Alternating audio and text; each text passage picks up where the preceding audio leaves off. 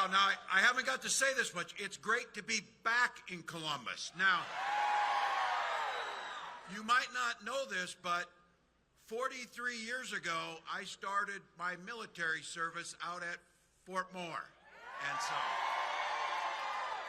a 17-year-old got on a plane, flew to South Carolina, drove on a bus, got off the bus and said, what in the heck happened to me here? So, but I'm grateful for it, grateful for it. Can I give a big thank you to Amy, as a senator, for the work that she's doing?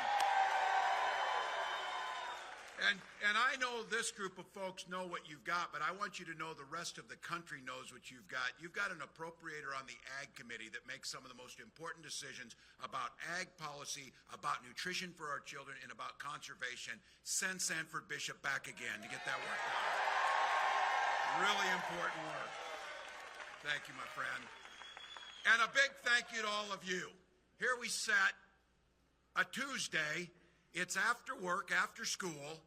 You all came, found parking, crowded in this incredible space that we're in, and you came here for one very simple reason. You love this country, so thank you for that. It's hard to believe. It's hard.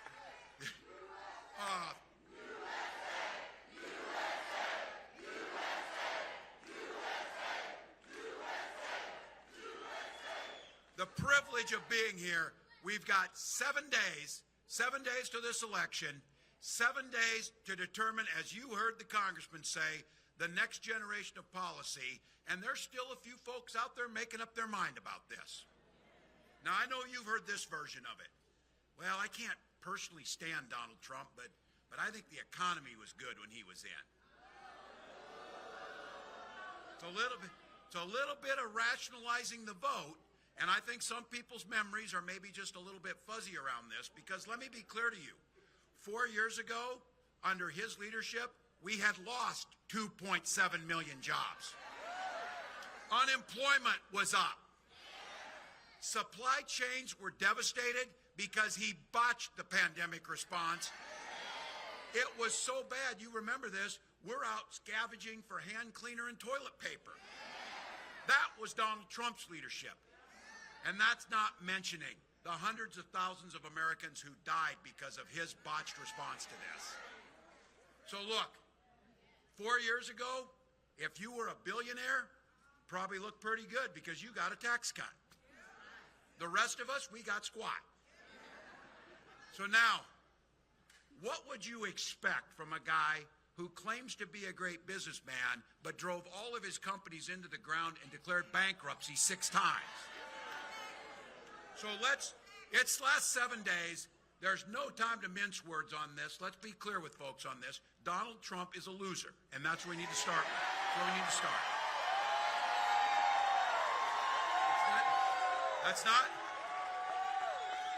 That's not name calling, that's factual. He loses jobs. 5,000 manufacturing jobs in Georgia were gone because of him. He loses businesses. We all know he loses in court. So that's what he does. And no matter what J.D. Vance says, he damn sure lost the 2020 election. And that might be thanks to Georgia, so thank you for that, Georgia. But here's the good news. Here's the good news in all of this. As people are maybe feeling a little bit of that anxiety or whatever, there's an antidote to that anxiety. And that antidote is Kamala Harris for president.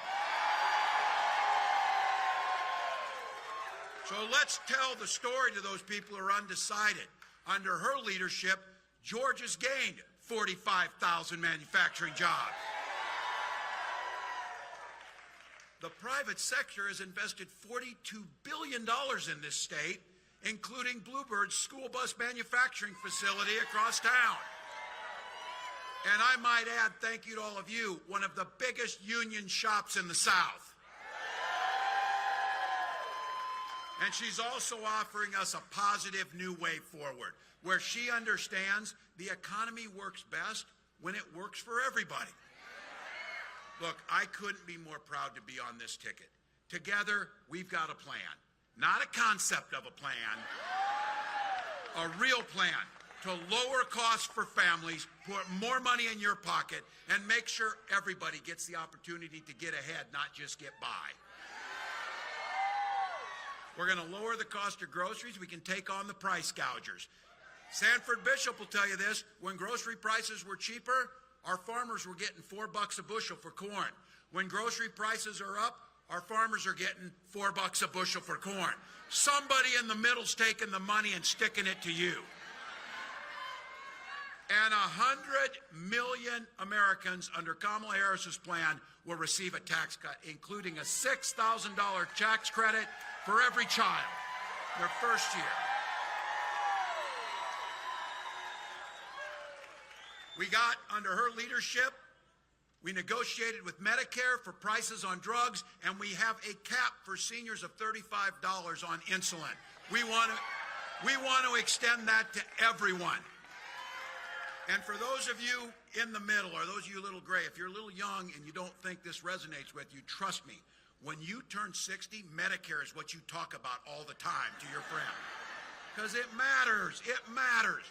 And what Kamala has proposed is, this is transformational, allowing Medicare to pay for in-home care for our seniors so they can stay in their homes longer.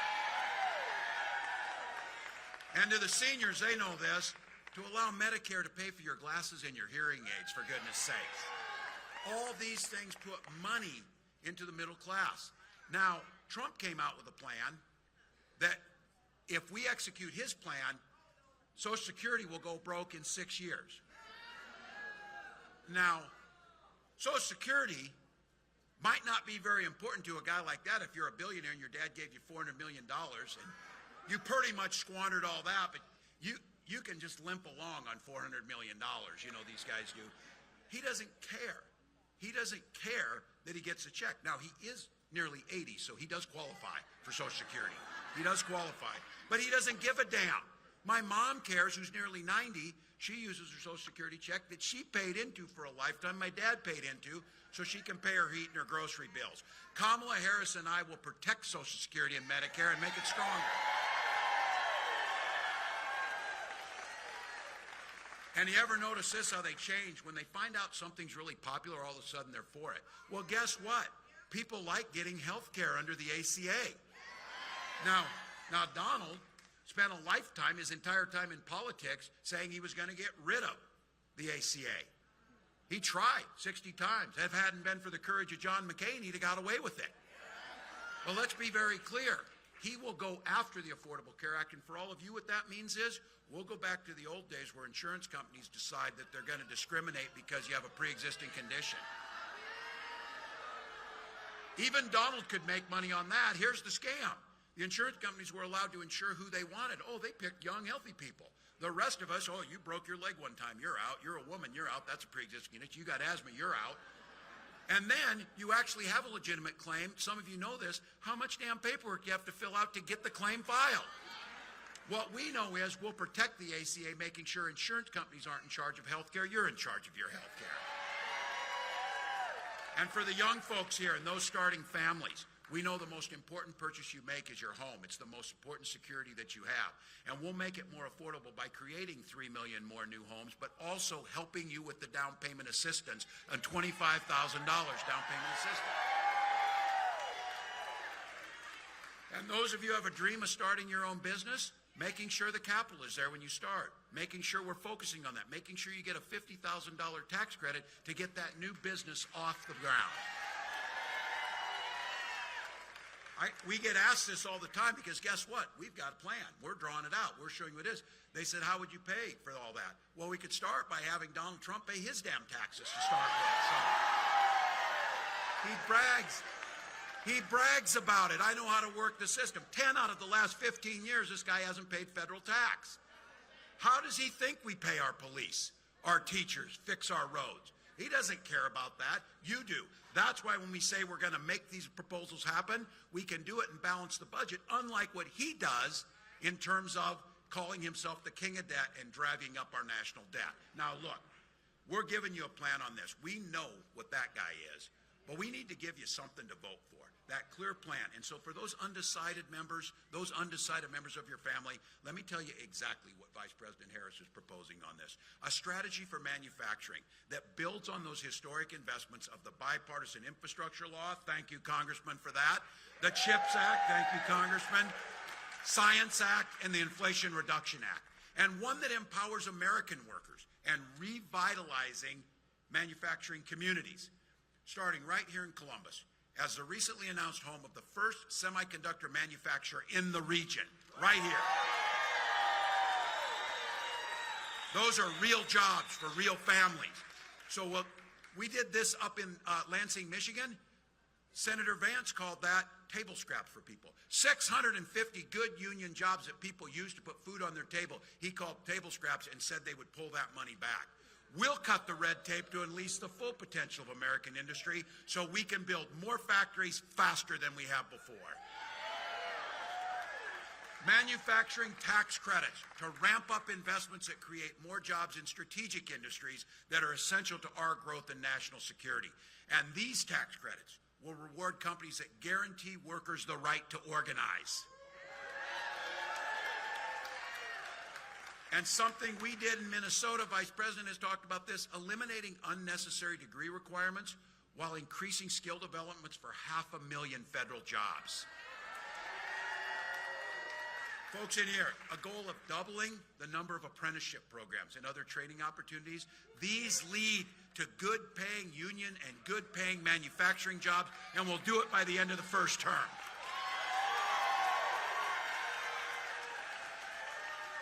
And instead of doing what Donald Trump is, cozying up to these dictators, cozying up to China, we'll never let other countries like China undermine these investments with unfair trade deals. Look, that's a plan, not a concept of a plan, and I'm damn proud of it, so I'm going to stick with it. But I kind of shoot from the hip and speak where I'm at, so before I said they don't have a plan. They do have a plan, though, people. Because they did it. They wrote it out. It's 900 pages. It's called Project 2025. Now they're like, oh, I don't know what that is. I don't know. Look, I coach football long enough. No, you take the time to draw up a playbook, you're going to run the plays. And that's what it is. And this playbook is a goddamn nightmare. I'm telling you, it is a nightmare. Project 2025, here's what it does. And the congressman can tell you how much damage this will do. It would repeal the bipartisan infrastructure law, the Inflation Reduction Act, threatening hundreds of thousands of new manufacturing jobs right here in Georgia included in that. These are building bridges, building roads. The biggest single investment since the Eisenhower interstate system. It was passed bipartisanly. It was moved forward. Donald Trump spent his 4 years telling us, oh, it's infrastructure week. Well, Sanford Infrastructure Week never came until Joe Biden and Kamala Harris got there, and that's why we have it. And then because Donald doesn't listen to experts, just like during the COVID pandemic, you've got good hospitals down here. I'm from the state of the Mayo Clinic. They told us how to handle COVID. Donald said, don't worry about that. Just drink bleach or whatever you need to do. Look. He doesn't know the economy either, and he's talking about establishing a Trump sales tax on everything from groceries to prescription drugs. The experts who know how this works said that will cost you and your families $4,000 a year. Now, Donald says China will pay for it. Oh, yeah, just like Mexico will pay for the wall. Yeah, you know. She knows. And look, that repeal in Project 2025, very clear. Repeal the ACA, cut Social Security, cut Medicare. That's what the plan is, and it's written out. Now, look, I know in this room, and I know you got neighbors who have this, you remember the Republican Party that added much to this country. You remember a Republican Party that especially knew how to stand with our allies and understood what freedom meant. That's not Donald Trump. That is not Donald Trump. What he means is, when he talks about freedom, he means government should be free to be in your exam room, to be in your library, to be in your bedroom. I know Georgia has the same rule we have in Minnesota. Things work better if you just mind your own business and stay out of mine. I don't want any politician in my bedroom, certainly not Donald Trump, I can tell you that. Look, When Kamala and I talk about freedom, this is pretty simple, and this is the old Republican Party. This is where independents are at. Freedom means that the government should stay out of those decisions. You should make them, and she believes that. Freedom for seniors to retire with dignity by strengthening Social Security and enhancing Medicare. It's a simple process. And I say this as not just a governor or a candidate. I say it as a father, as a teacher. The freedom to send our little ones in their best clothes off to school to be kids and learn without being shot dead in their classroom. That's a I know this as a veteran, as a hunter, as a gun owner. Kamala is a gun owner. We know this. We can uphold, we all here, we can uphold the Second Amendment while upholding our first responsibility to protect our children. You can do both. Now, this is a great crowd, and it's mixed from young and old, but I'm going to take and split this crowd just a little bit. I'm going to talk directly to the men here for a moment. For all of you, the women that you love in your life, as you're thinking about this election to them, men, the women that you love and the women that are in here, for them, this election means their lives are literally at stake on how this goes.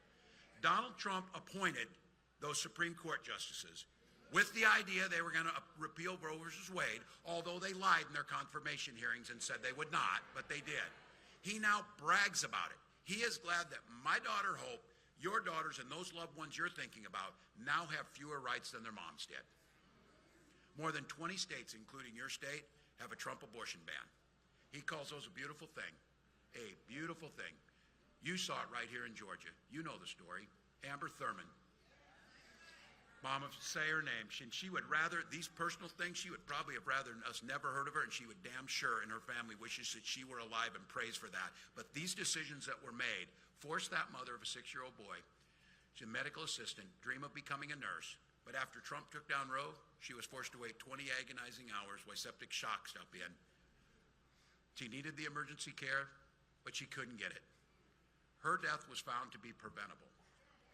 I say as a parent, as a husband, as an American, as a dad, hell, as a human being, that is just sick and wrong and must stop, and must stop. These stories are happening all across the country. Women like Amber, who should have been making these decisions with healthcare professionals in the privacy of their exam room between them and their family, are now being forced out into the open to make these risky decisions. Women are being turned away at emergency rooms, miscarriaging in parking lots. Survivors of rape and incest being forced to carry those pregnancies.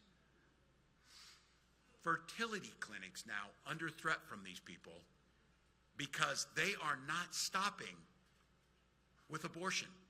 The idea, and I say this, I didn't want to have to talk about this. My wife and I spent years trying to have children. If you haven't been through infertility treatment, it is hell. I guarantee you, though, you know somebody who has. And the ability to access those treatments, to be able to have the family that we so desperately wanted, I will be damned if anyone in this country should be denied the right to have that family.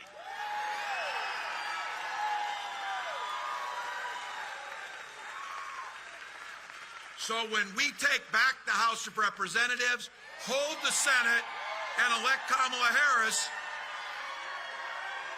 she will proudly sign that into law. Look, you came here because of love of country. You came here because you believe in the promise of America. We've got a week to go. We can win this thing. But I'm not taking anything for granted. So here's the deal. I did the coaching for too long. It's time for us to do that final huddle and that final pep talk, folks. Here's the lay of the land. We've got about a handful or 7 swing states. Inside there, we have a few counties. We're setting in one of those that can make a difference. That can make a difference, not just in Georgia, but in the entire country. Not just for the next 4 years, but the next 40 years. Not just for us, but for future generations. So here's the deal. This is a privilege to be here, to be able to do it. This game is tied. We got 2 minutes on the clock. But here's the good news. We've got the damn ball. We've got the ball. We're driving down the field. We're blocking and moving forward. And man, do we have the right team and the right quarterback in Kamala Harris. Now, all you ball players out there know, you get to the 2-minute warning, you're pretty tired.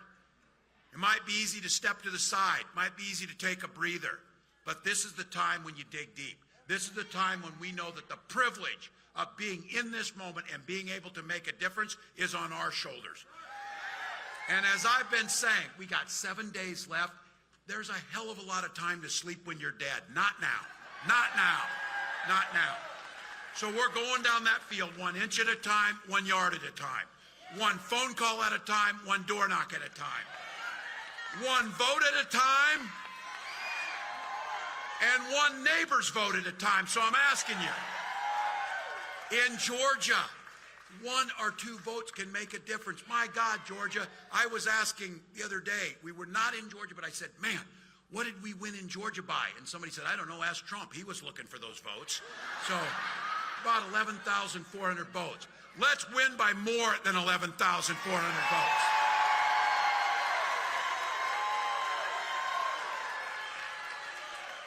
I will just share with you this. I mentioned this the other day to my wife, though. I said, look, I'll take any win on this. And wouldn't it be poetic justice of the universe if we win Georgia and it's by Jimmy Carter's 1 vote? So there we go. Georgia. Look, if you got a chance, go to KamalaHarris.com. But I'm going to ask, how many of you have already voted? All right. Early voting runs through Friday the 1st. You know that. If you've got a vote yet, you need to get in the mail, get it in. Don't wait. If you're voting in person, remember to go take that ID. If you don't know where to go, ask somebody in here to go to iwillvote.com/GA. Look, we're leaving it all on the field. I am not waking up on the 6th because I'll tell you what I want is, for some of you who are younger, someday it'll happen to all of us. I want to be sitting on the porch in that rocking chair, and I want some young kid to come up and say, tell us about what you all did in 2024 to save the democracy. And every one of you, when they ask you, what did you do, you're going to say, every damn thing I could. So as the vice president says, when we win. When we vote, when we vote, Georgia, let's do it. Let's go.